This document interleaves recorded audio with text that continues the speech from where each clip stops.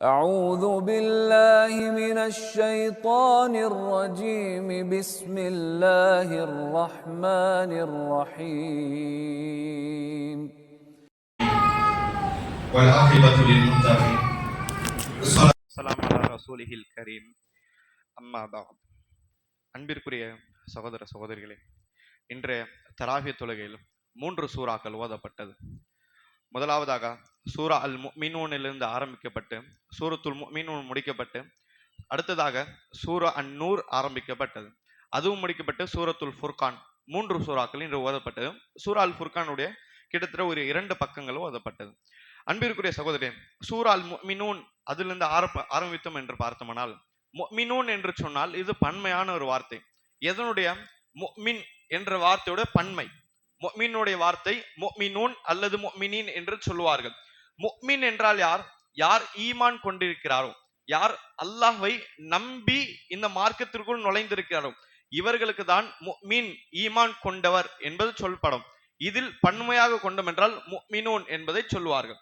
அன்பிற்குரிய அல்லாஹ் நல்லடியார்களே, இந்த சூறாவிற்கு ஏன் இந்த பெயர் வந்தது என்றால், முதல் வார்த்தையை அல்லாஹ் ரஹ்மான் சொல்லி காண்பிக்கிறான், கத் அஃப்லஹல் முஃமினூன், ஈமான் கொண்டவர்கள் வெற்றி அடைந்து விட்டார்கள் என்று அல்லாஹ் பேசுகிறான். அதாவது இந்த சூரா அல் முஃமினூன் நான் பார்த்தோம்னால் அல்லாஹ் நிறைய விஷயத்தை பேசும் பொழுது ஆரம்பத்திலே அல்லாஹ் என்ன சொல்கிறான்? ஈமான் கொண்டவர்கள் வெற்றி அடைந்து விட்டார்கள் என்று அல்லாஹ் பேசுகிறான். யார் இந்த வெற்றி அடைந்த முஃமின்கள் என்று பார்த்தோம்னால் கிட்டத்தட்ட ஒரு 7 வகையான நபர்களை பற்றி அல்லாஹ் பேசுகிறான். இந்த 7 விதமான நபர்கள், அதாவது 7 தனித்தனி நபர்கள் கிடையாது, ஒரு முஃமினிடத்தில் இந்த 7 தன்மையும் அமைய வேண்டும். ஒரு முஃமினிடத்தில் அல்லாஹ் சொல்லக்கூடிய 7 தன்மையும் அமைய வேண்டும். அப்படி அமைந்தவர்கள் தான் இந்த உலகத்திலும் வெற்றி பெற்று விட்டார்கள், மறுமையிலும் வெற்றிசாலிகள் என்று அல்லாஹ் பேசுகிறான். மேலும் வெற்றியுடன் அல்லாஹ் நிப்பாட்டாமல் இந்த 7 நபர்களை பற்றி அல்லாஹ் பேசி கடைசியில் என்ன சொல்கிறான்? அல்லதீன எரிசூனல் ஃபிர்தௌஸ் ஹும் ஃபீஹா காலிதூன், இவர்கள் ஃபிர்தௌஸுடைய வாரிசீன்கள் என்று அல்லாஹ் பேசுகிறான். ஃபிர்தௌஸுடைய வாரிசீன்கள் என்று அல்லாஹ் பேசுகிறான். ஹும் ஃபீஹா காலிதூன், அந்த ஃபிர்தௌஸில் அவர்கள் நிரந்தரமாக இருப்பார்கள். ஃபிர்தௌஸ் என்றால் ஜன்னத்துல் ஃபிர்தௌஸ். ஜன்னத்துல் ஃபிர்தௌஸ் இருப்பதிலேயே சொர்க்கத்தில் உயர்ந்த சொர்க்கமாக பார்க்கப்படுகிறது. ஒரு நாள் ஒரு சஹாபி அவர்கள் அல்லாஹ்விடத்து துஆ கேட்டுக் கொண்டிருந்தார்கள். என்ன துஆ? அந்த சஹாபி கேட்டுக்கொண்டிருந்தால், யா அல்லாஹ், நான் எனக்கு மரணித்த பிறகு நீ கியாமத்தில் என்னை எல்லாம் கூட்டிய பிறகு எளிமையாக என்னிடத்தில் விசாரணை செய்து சொர்க்கத்துடைய வலது பக்கத்தில் ஒரு முக்கில் ஒரு சின்ன வீட்டை எனக்கு கொடு என்பதை ஒரு சஹாபி கேட்டார்கள். அந்த சஹாபிக்கு பெரிய பெரிய ஆசையெல்லாம் கிடையாது. சொர்க்கத்தில் ஒரு சின்ன வீடு, அதுவும் வலது புறத்தில் ஒரு முக்கில் வேண்டும் என்று அந்த சஹாபி ஒரு வித்தியாசமாக துஆ கேட்டார்கள். இதனை கேட்ட ரசூலுல்லாஹி ஸல்லல்லாஹு அலைஹி வஸல்லம் அவர்கள் இதை கேட்டு சொன்னார்கள், அப்படி கிடையாது, நீங்கள் அல்லாஹ்விடத்தில் கேட்பதாக இருந்தால் சொர்க்கத்தில் இருக்கக்கூடிய உயர்ந்த சொர்க்கத்தை கேளுங்கள். அதுதான் ஜன்னத்துல் ஃபிர்தௌஸ் என சொல்லக்கூடிய உயர்ந்த சொர்க்கத்தை கேளுங்கள். சொர்க்கத்துடைய நதிகள் என்பது இந்த சொர்க்கத்திலிருந்து தான் வருகிறது என்பதை ரசூலுல்லாஹி ஸல்லல்லாஹு அலைஹி வஸல்லம் அவர்கள் சொன்னார்கள். ஆக சொர்க்கத்தில் உயர்ந்த சொர்க்கம் என்பது ஜன்னத்துல் ஃபிர்தௌஸ் என்பதை ஹதீஸில் நாம் பார்க்க முடியும். இந்த ஜன்னத்துல் ஃபிர்தௌஸுடைய வாரிசீன்கள் யார் என்பதை அல்லாஹ் பேசுகிறான். முதலாவதாக கத் அஃப்லஹல் முஃமினூன். அல்லாஹ் சூரா ஆரம்பிக்கும் பொழுது எப்படி ஆரம்பிக்கான்? கத் அஃப்லஹல் முஃமினூன், ஈமான் கொண்டவர்கள் வெற்றி அடைந்து விட்டார்கள். யார்? முதலாவதாக அல்லதீன ஹும் ஃபீ ஸலாத்திஹிம் காஷியூன், யார் தன்னுடைய தொழுகை பயபக்தியுடன் பயந்த நிலைமையில் இறையச்சத்துடன் யார் தொழுகிறார்களோ, அப்படி என்றால் பொடுபோக்குத்தனம் இல்லாமல், கவன சிதறல்கள் இல்லாமல், கவனத்துடன் யார் சரியாக தொழுகிறார்களோ இவர்கள். இது முதலாவது தன்மை. இரண்டாவது வல்லதீன ஹும் அனில் லஹ்வி முஅரிதுன், தன்னுடைய பொதுவான வாழ்க்கையில் வீணான பேச்சுகளையும் வீணா செயல்களிலிருந்தும் யார் தூரமாக இருக்கிறார்களோ, இது இரண்டாவது. மூன்றாவது அல்லாஹ் சொல்கிறான் வல்லதீன ஹும் லிஸ்ஸகாத்தி ஃபாயிலுன், யார் தன்னுடைய ஜக்காத்துடைய பொருளை சரியான நேரத்தில் கொடுக்கிறார்களோ அவர்கள். நான்காவதாக வல்லதீன ஹும் லிஃபுரூஜிஹிம் ஹாஃபிதூன், யார் தன்னுடைய மறைவிடங்களை பாதுகாத்துக் கொள்கிறார்களோ, ஹராமான விடயத்திலிருந்து யார் தப்பித்து விடுகிறார்களோ, அதாவது அவர்கள் திருமணம் முடித்தார்கள் என்றால் அதை தவிர அடிமைகள், இந்த 2 ஆப்ஷனை தவிர எந்த விஷயம் தன்னுடைய மறைவான உறுப்புகளை பயன்படுத்தக்கூடாது என்பது அல்லாஹ் பேசுகிறான். இது 4வது தன்மை. 5வது அல்லாஹ் சொல்கிறான் வல்லதீனஹும் லி அமானாத்திஹிம் வஅஹ்திஹிம் ரான். 5 மற்றும் 6 அல்லாஹ் சேர்த்து பேசுகிறான். யாரெல்லாம் தன்னுடைய அமானத்துகள், பிறருடைய அமானத்துகளையும் பிறருடைய ஒப்பந்தம் வாக்கு கொடுத்திருப்பார்களே, அதற்கு தான் வஅதா என்று சொல்லப்படும், வாக்குகளையும் அமானத்துகளையும் பாதுகாப்பவர்கள் என்று 5வதையும் 6வதையும் இணைத்து அல்லாஹ் பேசுகிறான். அமானத் கொடுக்கப்படுகிறது, அந்த அமானத்தை பாதுகாக்க வேண்டும். மேலும் ஒரு மனிதன் நம்ம ஒரு வாக்கு கொடுக்கிறோம். என்ன வாக்கு? ஏதாவது ஒரு விஷயம் செய்து தருகிறோம் என்பதை நிறைவேற்றுவேன் என்று ஒரு வாக்கு கொடுக்கிறோம். இந்த வாக்கும் ஒரு விதமான அமானத்து தான், இதற்காக சேர்த்து சொல்லப்பட்டது. எனவே அமானத்தையும் கொடுக்கப்பட்ட வாக்குகளையும் பாதுகாப்பவர்கள் என்று ஐந்தையும் அல்லாஹ் ஐந்தும் ஆறாவதையும் அல்லாஹ் சேர்த்து பேசுகிறான். ஏழாவதாக அல்லாஹ் சொல்கிறான் வல்லதீன், அதாவது கடைசியாக அல்லாஹ் பேசுகிறான் வல்லதீன ஹும் லிஅமானாத்தி வஅஹ்திஹிம் ராஊன் வல்லதீன அலா ஸலவாத்திஹிம் யுஹாஃபிதுன். அதாவது ஏழாவதாக அல்லாஹ் பேசுகிறான், அவர்கள் யார் இந்த சொர்க்கத்திற்கு வாரிசுகள் என்று சொல்லப்பட்டவர்கள் தன்னுடைய தொழுகை பாதுகாப்பவர்கள் என்று அல்லாஹ் பேசுகிறான். முதலாவது தன்மையும் அல்லாஹ் என்ன சொன்னான், தொழுகை பயபக்தியுடன் கவனத்துடன் தொழுபவர்கள். கடைசி ஏழாவது தன்மை அல்லாஹ் என்ன சொல்கிறான், தொழுகை பாதுகாப்பவர்கள். முதலாவது சொல்லப்பட்டது தனிப்பட்ட தொழுகை, எந்த தொழுகைக்கு நின்றாலும் சரி அந்த தொழுகை கவனத்துடன் இருக்கும். கடைசியாக சொல்லப்பட்டது என்ன, ஐவேளை தொழுகையும் பாதுகாப்பவன். ஆக மொத்தம் தொழுகை என்று வந்துவிட்டால் இந்த தொழுகையுடைய விஷயத்தில் எந்த ஒரு பொடுபோக்கும் இருக்கக்கூடாது என்று சொல்லி அல்லாஹ் ஆரம்பத்திலும் கடைசியும் தொழுகை கொண்டு முடிக்கிறான் என்பதை நாம் பார்த்துள்ளோம். இந்த 7 விதமான நபர்கள் யாரிடத்தில் இந்த 7 விதமான தன்மைகளும் ஒன்று சேர்ந்து விடுகிறதோ இந்த நபர் தான் அல்லதீன் யரிசூனல் ஃபிர்தௌஸ், ஜன்னத்துல் ஃபிர்தௌஸுடைய வாரிசீன்கள் என்று அல்லாஹ் பேசுகிறான். அவர்கள் சொர்க்கத்தில் இருப்பார்கள் என்று ஒரு பக்கத்தில் அல்லாஹ் பேசுகிறான், இன்னொரு இடத்தில் இந்த இடத்தில் அல்லாஹ் பேசுகிறான் சொர்க்கத்துடைய வாரிசீன்கள் என்று அல்லாஹ் பேசுகிறான். என்றால் அந்த சொர்க்கத்திற்கு உலகத்திலே உரிமை பெற்றவர்கள், உலகத்தில் இருக்கும் பொழுதே அவர்தான் உரிமை பெற்றவர்கள். நான் இருக்கிறேன், என்னுடைய சந்ததி இருக்கிறார்கள், நான் சொல்கிறேன் என்னுடைய சொத்துக்கு வாரிசுக்காரர்கள் என்னுடைய சந்ததி என்று சொல்கிறேன். ஆனால் நான் இன்னும் இறக்கவில்லை, இறப்பதற்கு முன்னால் என்னுடைய பிள்ளைக்கு இந்த சர்டிபிகேட்டை நான் கொடுக்கிறேன், என்னோட பிள்ளைகள் வாரிசுக்காரர்கள் சொந்தக்காரர்கள் என்று சொல்கிறேன். அதே போன்று உலகத்தில் இருக்கும் இந்த 7 தன்மையை சர்டிபிகேட் கொடுக்கிறான். உலகத்தில் இருக்கும் பொழுதே அந்த சொர்க்கத்திற்குடைய வாரிசின்கள் இவர்கள் தான் என்று அல்லாஹ் பேசுகிறான். ஆக அன்பிற்குரிய சகோதரர்களே, இந்த 7 விஷயத்தையும் நம்முடைய வாழ்க்கையில் நாம் கடைபிடிக்க வேண்டும். இதை தொடர்ந்து சூரா அல் முஃமினூன் அதுக்கு பின்னால் அல்லாஹ் நிறைய விஷயத்தையும் மிக முக்கியமாக தௌஹீதுடைய வசனங்களை அல்லாஹ் நிறைய பேசி வந்து நடுவில் அல்லாஹ் கிட்டத்தட்ட 51வது வசனத்தில் அல்லாஹ் ஒரு முக்கியமான விஷயத்தை பதிவு செய்கிறான். அல்லாஹ் சொல்கிறான், யா அய்யுஹர் ரசூல், நபிமார்களே, அதாவது யா அய்யுஹர் ரசூல், நபிமார்களே என்று அல்லாஹ் பன்மையில் பேசுகிறான். பன்மையில் என்றால் சொல்லப்பட்ட நபி ஒருவர் தான், ரசூலுல்லாஹி ஸல்லல்லாஹு அலைஹி வஸல்லம் அவர்கள் தான் குர்ஆன் இறங்கியது. ஆனால் அல்லாஹ் பன்மையில் பேசுகிறான் என்றால் இதற்கு முன்னால் நபிமார்களுக்கும் இதே கட்டளை. எனவே அல்லாஹ் பன்மையில் பேசுகிறான். அல்லாஹ் சொல்றான், யா அய்யுஹர் ரசூல், நபிமார்களே, குலூ மினத் தய்யிபாத், சுத்தமானவற்றை சாப்பிடுங்கள், வஅமலு சாலிஹா, நல்ல அமல்களை செய்யுங்கள், இலா வஅமலு சாலிஹா இன்னி பிமா தஅமலூன் அலீம், நிச்சயமாக நீங்கள் எதை செய்கிறீர்களோ நான் அறிந்தவனாக இருக்கிறேன் என்று அல்லாஹ் பேசுகிறான். அதாவது அல்லாஹ் என்ன சொல்கிறான், நபிமார்களுக்கு கட்டளை. நபிமார்கள் கட்டளை என்றால் நபிமார்களுக்கு பின்னால் நம் அனைவருக்கும் கட்டளை தான்.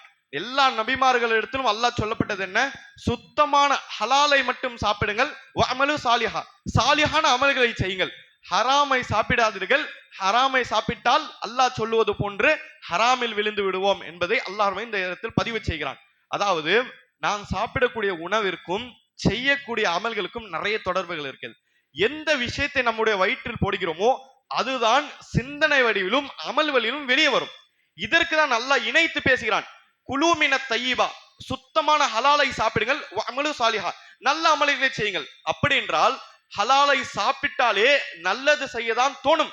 ஒரு மனிதனுக்கு அவன் சாப்பிடக்கூடிய அந்த உணவு என்பது ஹராமான உணவு கலந்திருக்கின்றால் ஆட்டோமேட்டிக்காக அவனுடைய சிந்தனை ஹராமில் செல்லும் என்பதை இப்படிப்பட்ட வசனம் நமக்கு சொல்லி தருகிறது. இதனால் தான் நாம் பார்த்து கொள்ளலாம், மதீனாவில் இருக்கக்கூடிய யூதர்களுடைய பிரதானமான வியாபாரம் என்ன, வட்டியுடைய வியாபாரம். இந்த வட்டியுடைய வியாபாரம் முந்தைய சமுதாயம் தடுக்கப்பட்டது, ரசூலுல்லாஹி சமுதாயம் தடுக்கப்பட்டது. ஆனால் இப்படிப்பட்ட வியாபாரத்தில் கலந்து கொள்வதன் காரணமாக அவர்களுடைய சிந்தனையும் அப்பேற்பட்ட தவறான சிந்தனைகள் தான் அமைந்திருந்தது என்பதை நாம் பார்த்துக் கொள்ளலாம். அன்பிற்குரிய அல்லாஹ் நல்லடியார்களே, நாம் சாப்பிடக்கூடிய ஹலாலான உணவிற்கும் நம்முடைய துஆக்களுக்கும் பிரார்த்தனைகளுக்கும் நிறைய தொடர்புகள் இருக்கிறது. எந்த ஒரு நபருடைய உணவுகளும் எந்த ஒரு நபருடைய ரிசுக்கும் ஹலாலாக இருக்கிறதோ இந்த நபருடைய பிரார்த்தனை மட்டும்தான் ஏற்றுக்கொள்ளப்படும்.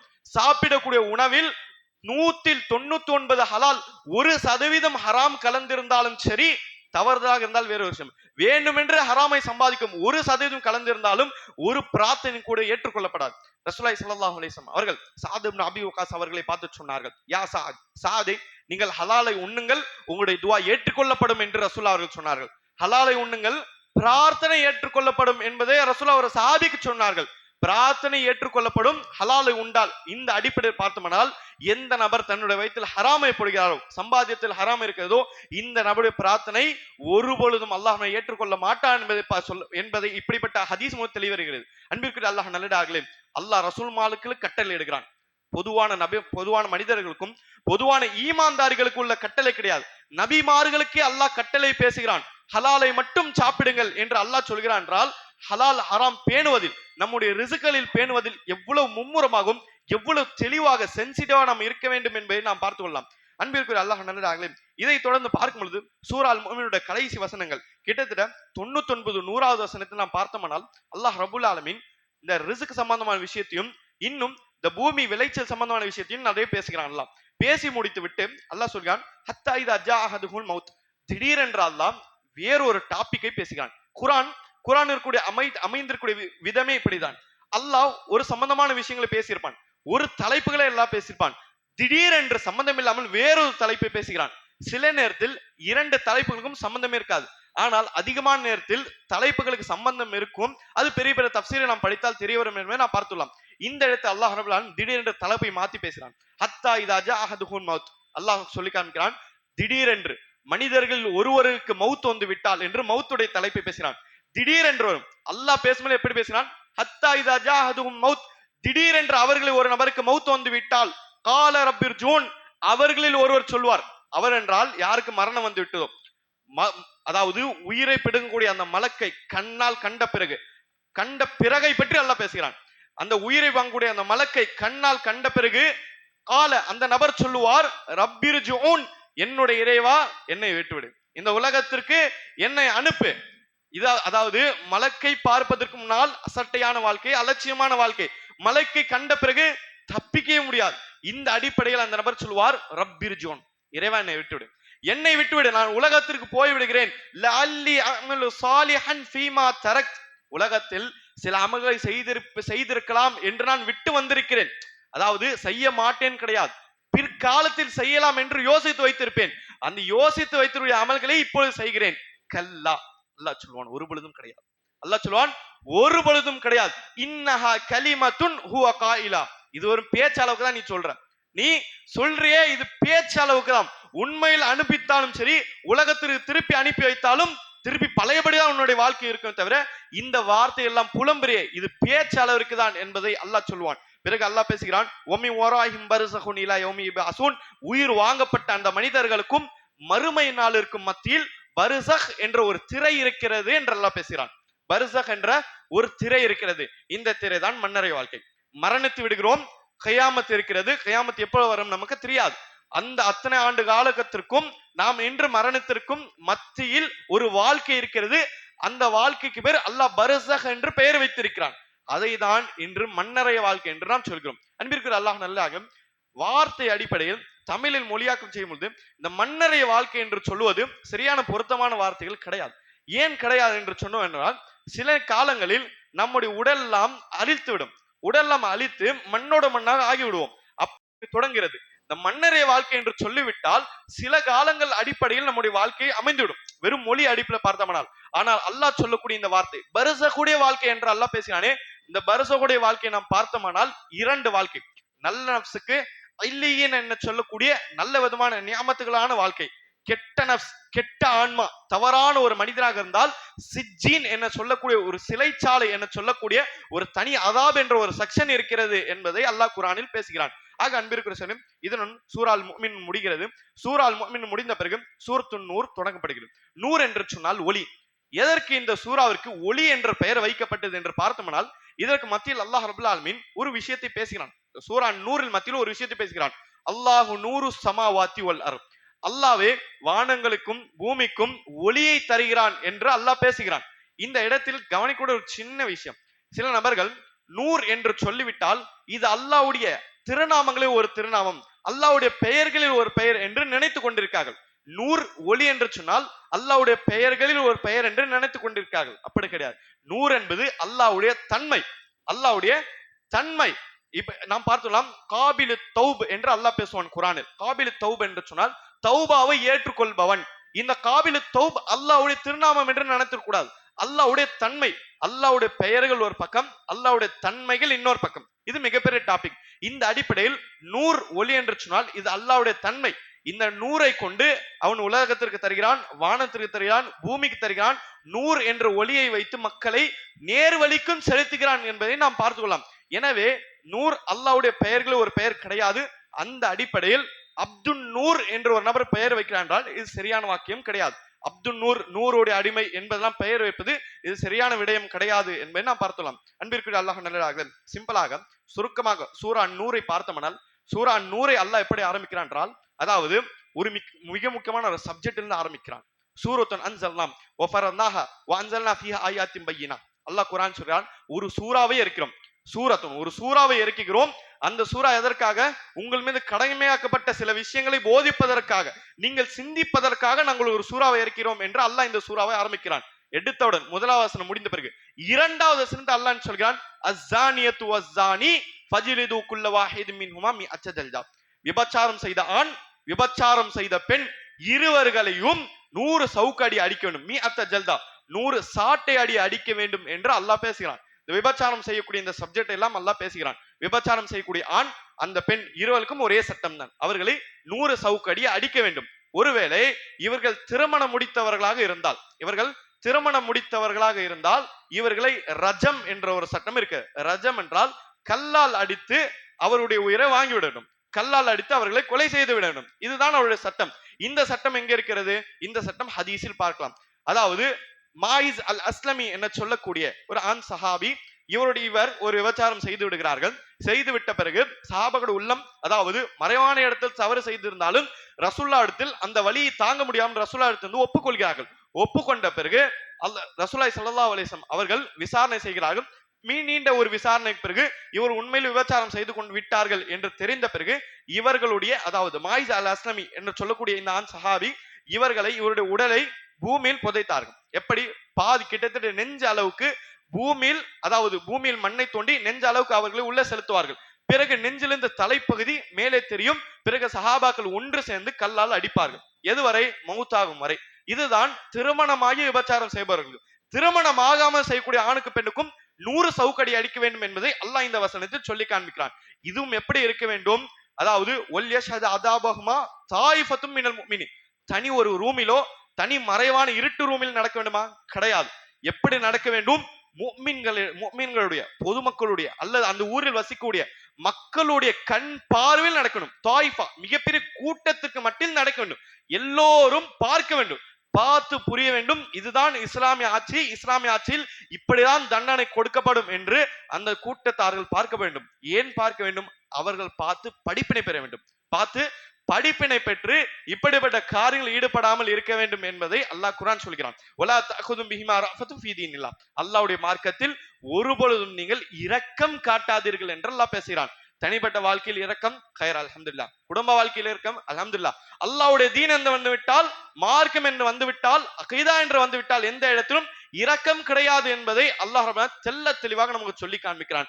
ஆக அன்பிற்குரிய சகோதரர்களே, இந்த அடிப்படையை பார்த்தோம்னால் சூரா நூருடைய ஆரம்ப கட்டத்தில் நாம் பார்த்தோம்னால் இந்த விபச்சாரம் சம்பந்தமான விஷயத்தையும் இன்னும் பிறர் மீது அவதூறு செலுத்தக்கூடாது என்ற நிறைய விஷயத்தை பார்க்கிறான். இன்ஷா அல்லாஹ் நாளைய தினம் சூரா நூறில் இருக்கக்கூடிய மீதி ஒரு சில விஷயங்களை பற்றி இன்ஷா அல்லாஹ் நாளைய தினம் பார்க்கலாம். வாஹிரு தவானா அனில் ஹம்துலில்லாஹி ரப்பில் ஆலமீன்.